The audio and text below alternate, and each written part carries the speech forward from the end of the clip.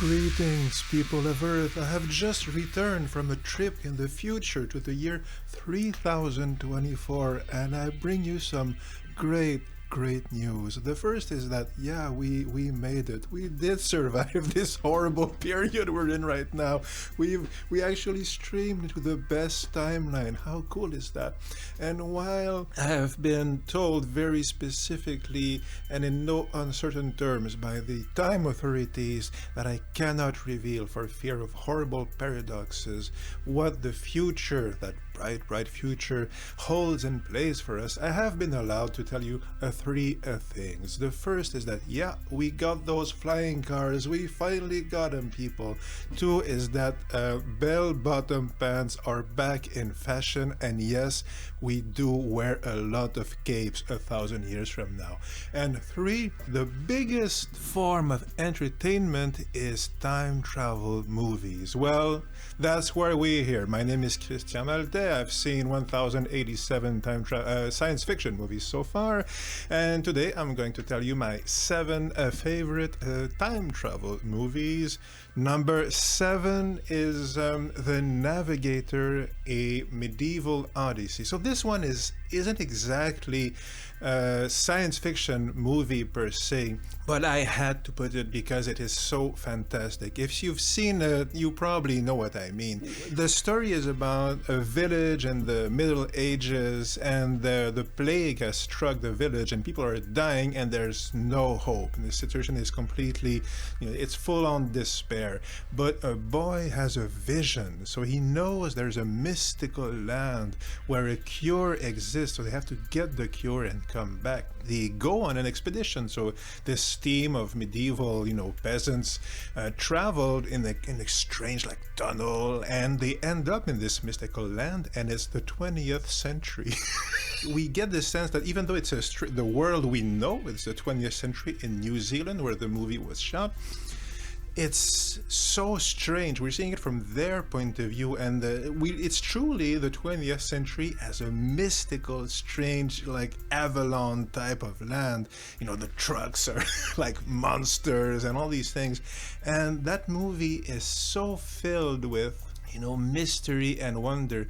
It kind of reminds me of Excalibur, in the sense that Excalibur feels like a pagan movie. Right? It has Christian themes because it was kind of repurposed by Christians, but fundamentally it's like a pagan Celtic tale.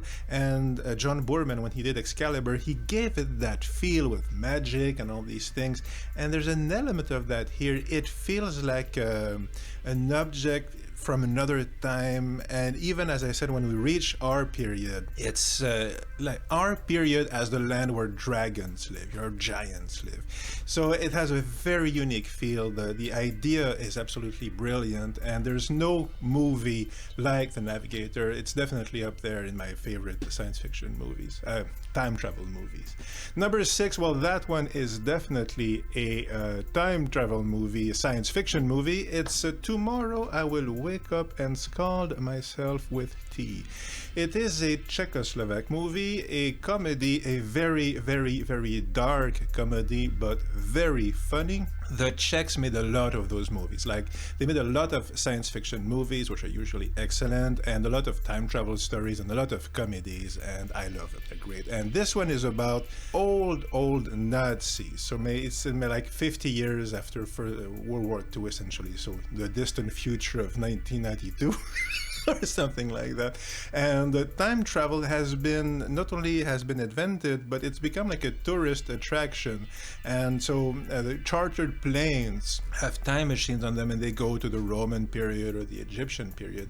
And there's a bunch of old Nazis from the Nazi party, right? And they want to hijack one of those planes to go back in time to give the victory to Hitler, right? So their plan is that they will arrive on that day where the war is lost, like the infamous bunker scene, that thing that has been memed a million times, Federline, that essentially the plan is to arrive on that day and say, Mein Führer, we have given you this ultimate weapon from the future, you will win the war. So pretty sensible plan, But unfortunately for them, everything will go wrong in a catastrophic way.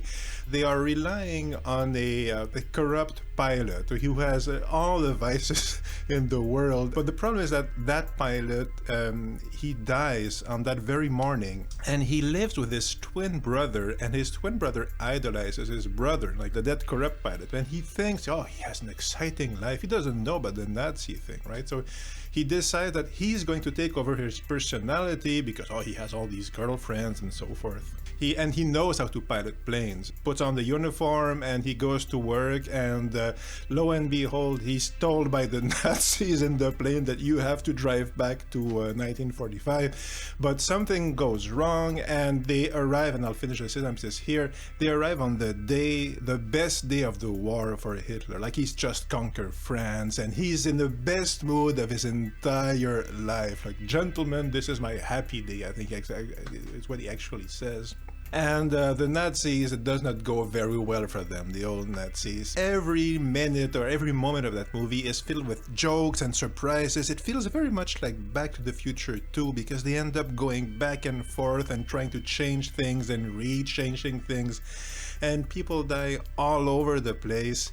And it's still, as I said, it's very dark because people are dying, but it's super funny, it's super smart. And that scene where Hitler actually sees footage from the future, that the whole Hitler thing is absolutely brilliant and super funny. He has all his officers there, Bormann and Goering and all that, but he ends up putting the time travelers in jail, and but he has a footage of the end of the war that proves that he's going to lose, and that scene is straight out of The Great Dictator. It's at like Chaplin level of genius, essentially. That Chaplin scene is very good. But honestly, I'm usually not a big fan of Chaplin, so I'm almost tempted to say is it even better than The Great Dictator? Tomorrow I'll wake up and Skull Myself with He is fantastic. It's also co-written by the director and Milos Makurek, who directed A Nice Plate of Spinach, another Czechoslovak comedy, and he made a few. I think he wrote 4 other science fiction movies, so kind of a big name. And the third person who wrote the script is Josef Nesvada. You might not know him, but he's like a superstar. He's like Philip K. Dick in Czechoslovakia. He's dead now, but he was like a living legend back in the day. So he's number one name of science fiction. So he co-wrote on that movie, and so it's a pretty big, a lot of talent is involved, and it shows. It's fantastic.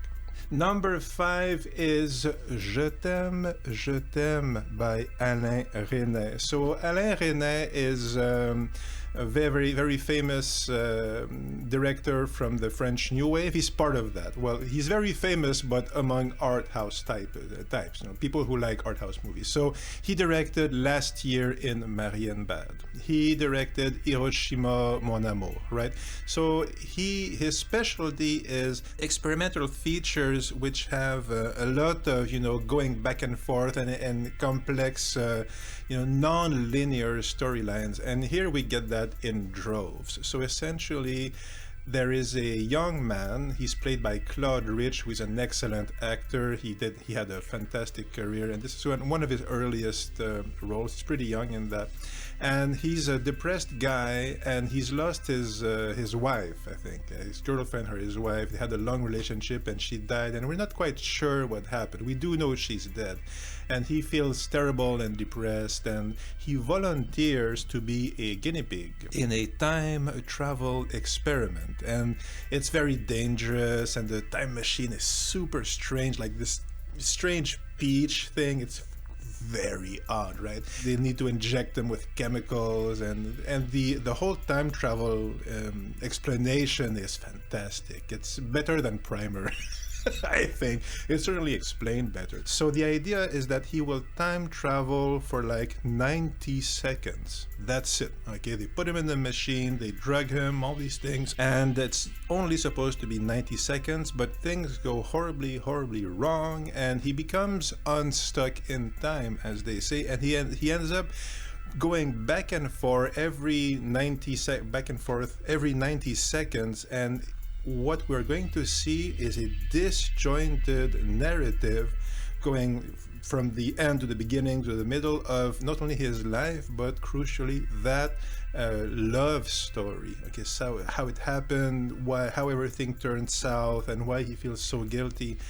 And it's amazing. It kind of reminds me a little of Gateway, the book by Frederick Pohl, which has that guilt thing, that love relationship thing in it. It's a very poignant and powerful story about being in love and being in a relationship and seeing that it just won't work. And that experience, which many, like so many of us have actually had, and how it feels to be in that and wanting it to work, but knowing it just won't, and not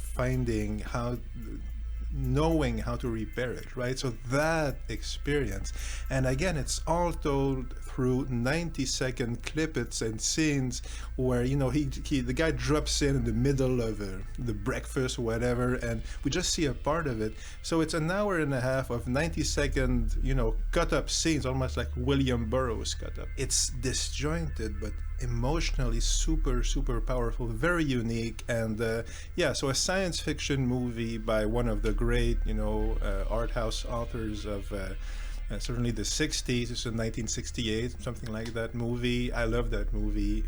Very great. Fondly recommended. Number 4 is The Time Machine. So that one is not obscure at all. I'm talking about the 1960 version, the George Pal version. It's obviously adapted from H.G. Wells, the novel, which I have read, and I liked it a lot. And this is a very good, very close, very respectful, actually, adaptation of this story. He got a few bits here and there, especially, you know, whatever. There's a couple of things he didn't put in there, but the main narrative and the main emotional, you know, pull and pugnancy again of the story is in there. So what's the story? Well, there's a young Victorian inventor. He has created a time machine, and this is like the young socialist H.G. Wells type character, right? So, and he has his friends, and he's, oh, I'm going to travel in the future, and it's going to be great, and, you know, we will all live in peace or whatever. And he travels to year 10,000 in his time machine, and he sees the World War III and the apocalypse and the fall of mankind. He sees all that as he's traveling, but when he arrives, it seems like everything is now great, and there's the beautiful Eloise. In the novel, they're not quite human, but here they're just like young, kind of effete. They're like the nobles, essentially. They're like young and beautiful, and they seem happy, but and at first he's very impressed. He thinks they have this very advanced economy, but they're morons, actually. Like they're idiots. they can barely talk, right? They almost have lost all sense of human decency. I mean, and decency in the sense like somebody drowns and nobody helps him, right? Something like that. But he falls in love with a girl who's played by Yvette Mimieux, who's very cool, and she also plays in the Black Hole, the Disney movie, so it's the same girl. And Rod Taylor, our time traveler, he eventually discovers that things are very, very, very wrong, even more than he thought, and he discovers the terrible secrets of the horrible Morlocks, right? And I like this movie because I saw it like many times when I was like a teenager. I taped it on TV, like on VHS, and I used that tape. What it has is that 1960s golden Hollywood era type of production feel. Like this is the same period as, the Hitchcock. Like this is when Hitchcock is getting into his peak period. So it has that classic Hollywood feel. One thing that classic Hollywood did very well quite often, and certainly George Pal, is spectacle and wonder. Right, so it does that here. Essentially, I like it because it's like it has a bit of a cartoony feel, but at the same time, it really has that pathos of H.G. Wells, certainly the young H.G. Wells, who has all these dreams about mankind and who has his dreams crushed and all these things. But there's still a sense of hope. So it's this paradox of despair and hope. It's a great, classic Hollywood story. The time machine is super cool. The Morlocks are cool, and I just love it. So it's my number 4. Number 3 is Beyond the Time Barrier. So this is another Hollywood movie, but this is the low budget Hollywood. And again, this is the golden age of the low budget Hollywood movie. This is by Edgar G. Ulmer, and he's almost like Alain René in a sense. He is an author, like an auteur, like author theory. He's done quite a few science fiction movies, and they're often very heartfelt, very smart, moody, and this is definitely one of those. This actually feels a lot in many ways like a Fallout movie. It feels like Fallout 3 feels. The core story is that an Air Force pilot, he's caught in a strange time anomaly as he's testing a plane, and he ends up in the distant future of 2024, ladies and gentlemen, and he finds it is a desolate desolate wasteland utopia. So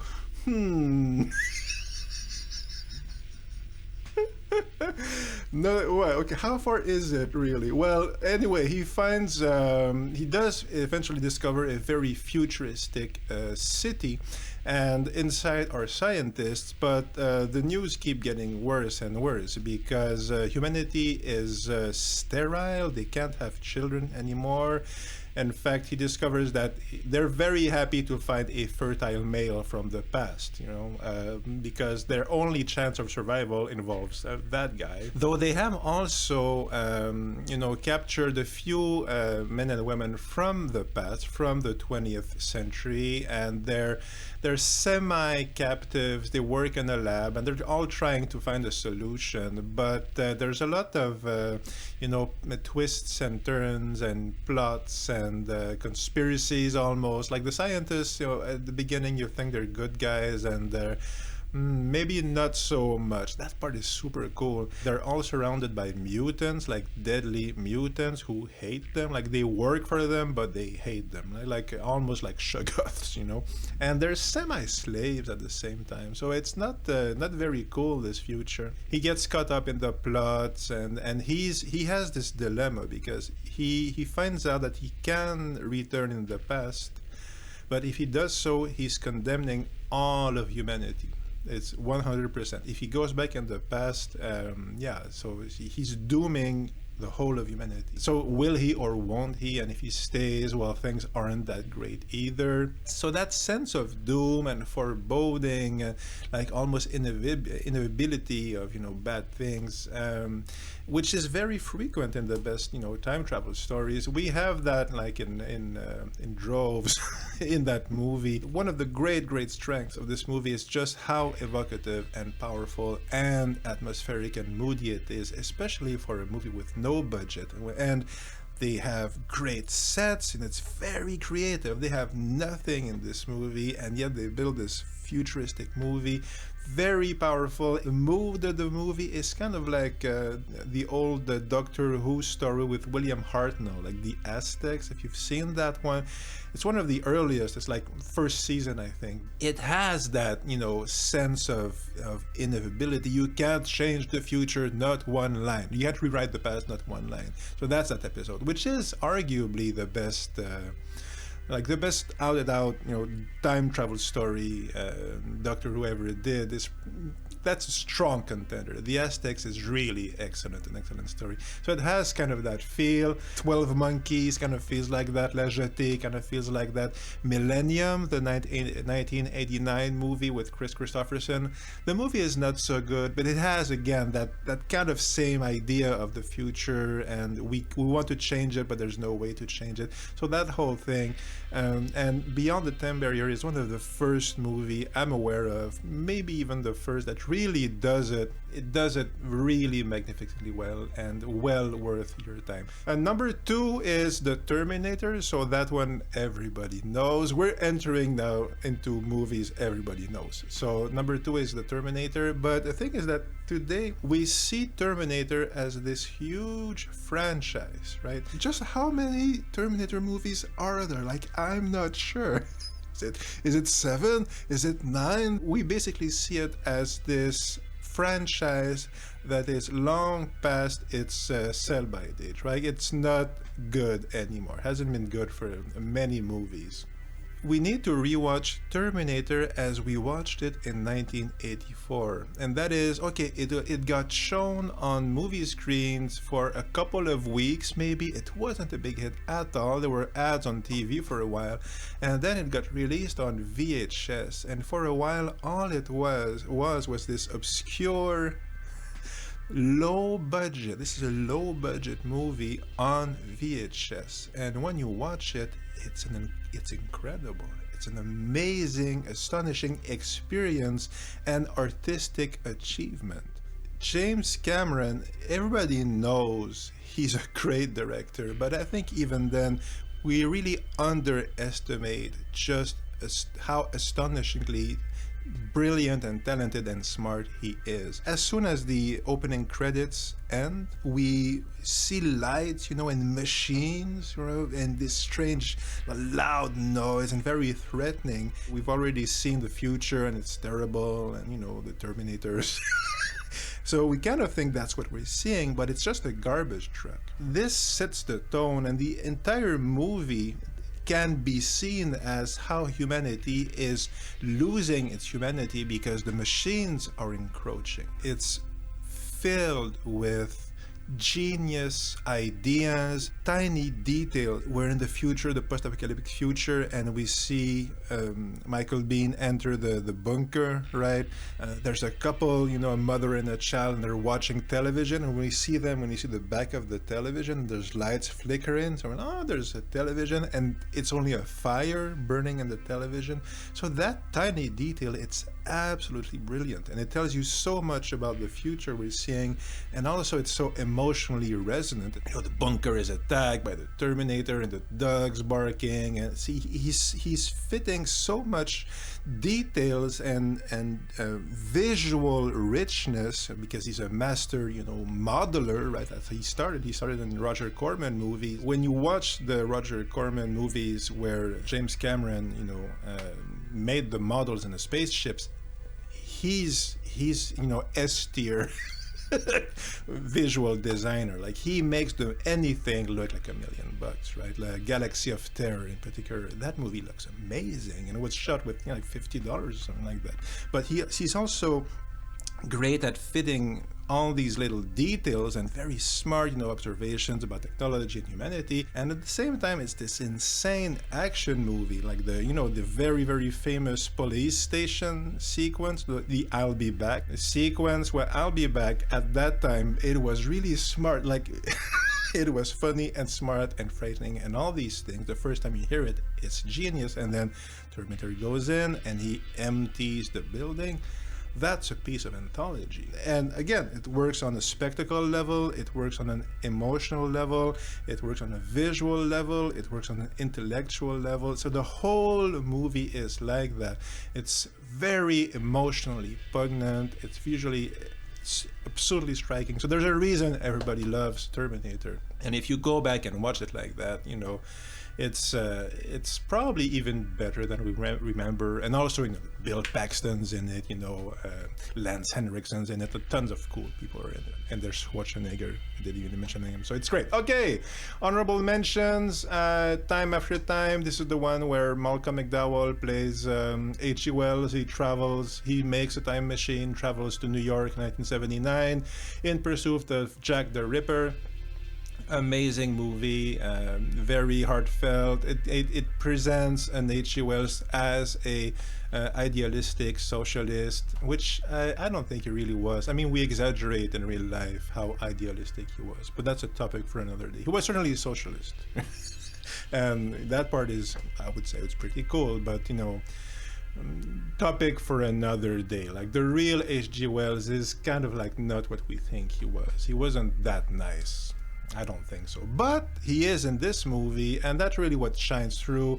Malcolm McDowell really puts, he really presents the idealism that is shattered by seeing the reality of 1979 New York. It's a wonderful movie. Slaughterhouse-Five. So it's not exactly a time travel movie, but it's again kind of like Je t'aime, very much like so. In fact, there's a guy and he becomes unstuck in time because he's captured by aliens, and we see his life from his old age to his eventual assassination, and when he's in the war in Dresden during the firebombing and all these things.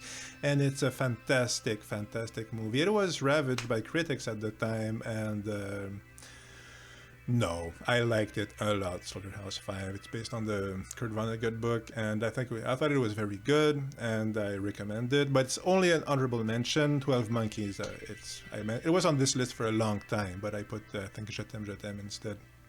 12 Monkeys is very good. La Jetée, obviously, is pretty good. It's awesome, in fact.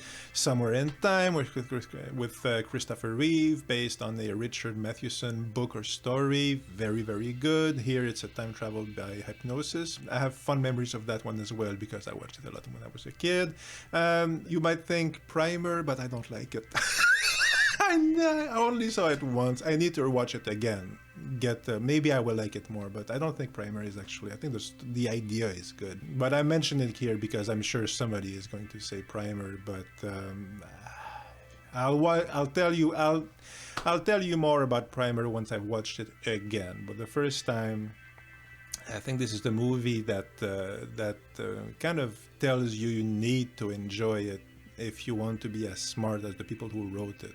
I think there's a kind of manipulation there because anyway. But Back to the Future, I didn't mention it, but it's not my number one. And if this was a top 10 list of best time travel or favorite science fiction time travel stories, I would probably put Back to the Future there because it's a total masterpiece. I mean, let's be serious. It's great in all possible, conceivable criteria. It's an amazing movie. The only reason not to put it on a top 10 list is because it's so popular and it's so well loved, and it's well loved and popular because it's great.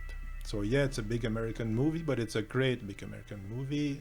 So yeah, it deserves to be on any top 10 list, but it doesn't quite make my top 7 list. Okay, so what about my number one then? Well, my favorite time travel movie, for me the best time travel movie is Donnie Darko. And here it's kind of like Terminator in the sense that what really makes this movie is the emotional depth and resonance. And I only realized that while making the notes. I knew it was my number one. And one of the reasons is the sense of mystery and awe, and the sense that there's this depth to the universe of Donnie Darko, and we can never see, the bottom or the end of it. We know we're in this very strange universe with time travel and paradoxes, and this strange book, The Philosophy of Time Travel. And we're so sure that if we could only read it, we would get the secrets of time travel in the universe. Like, it feels super deep. And it is, right? And there's this, like, the rabbit, right? The vision of the rabbit who's, something terrible has happened. And he keeps telling the hero, Jake Gyllenhaal plays him. Very good. He's very good, Jake Gyllenhaal, in this. And he tells him essentially that the world is going to end, right? So, in 3 days or something like that.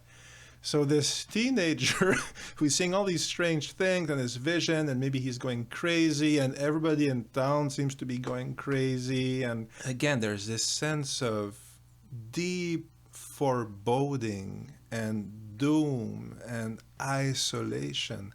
And what I realized while making these notes is that is the experience of being a teenager. That is certainly was for me. Okay, the actual experience of being, a teenager, which is what the story is telling, right? So, yeah, isolation and alienation and complete doom and despair, and there's no way out, and everybody seems completely insane. You're looking for the answers and you can't find them. What's going on? Yeah, and it has, obviously that fantastic soundtrack. It has very famously the Mad World cover by Gary Jules of the Tears for Fears song, like a haunting cover of a great song. I think also Head Over Heels by Tears for Fears plays on the soundtrack, I think at the party or something like that, which is one of my favorite Tears for Fears songs. So it definitely has that, kind of 80s feel, if you like. Yeah, it's this sense in this movie that, yeah, there is a vast, vast universe of awe and wonder and mystery, but at the same time, yeah, the existential despair and isolation of teenagehood, if you like. I think that's what makes it for me. And it's, Richard Kelly, we all know this, like his later movies, he only did 5, I think, in total. He basically almost destroyed his career with Southland Tales. And I only watched like 10 minutes and I couldn't make it through. It's not as good as this. And apparently there's a director's cut of Donnie Darko, and actually what it actually does is remove all the ambiguity and kind of destroys the feel of the movie, because precisely you need the ambiguity, the mystery that is what really drives the movie. The fact that we never really understand what's going on. I don't know. I mean, I don't know if he's going to make another movie, but and certainly like the sequel. There's a like S. Darko about his sister. He had nothing to do with it, and if you've seen it, it's not good. I mean, it's not worth your time. But Donnie Darko is kind of like lightning in a bottle, like existential lightning in the bottle. It's kind of this very strange object unstuck in time and space that landed, in the cultural noosphere, and it like struck, like the pieces of the falling airplane in the movie. It's like a rift in time and consciousness, and but again, and like Terminator, and like many of the other movies on this list, Je t'aime, or even Time Barrier, it's a very human, very personal story. And I think ultimately all these stories, they sort of like all the serious movies, because the Czech one is a comedy, but still there's an element of that. They're human stories. They're not only thought-provoking, they're deeply, resonant emotionally with our experience as human beings. And I think that's what makes Donnie Darko and all these movies really, but certainly Donnie Darko, such powerful movies, because they're about our experience. They're about the used time travel, but ultimately they're about our experiences as human beings in these very strange times and this very strange but beautiful planet. So that's it for now. If you want to support the channel, there's a link in the description. And until next time, take care of yourselves and keep watching the skies.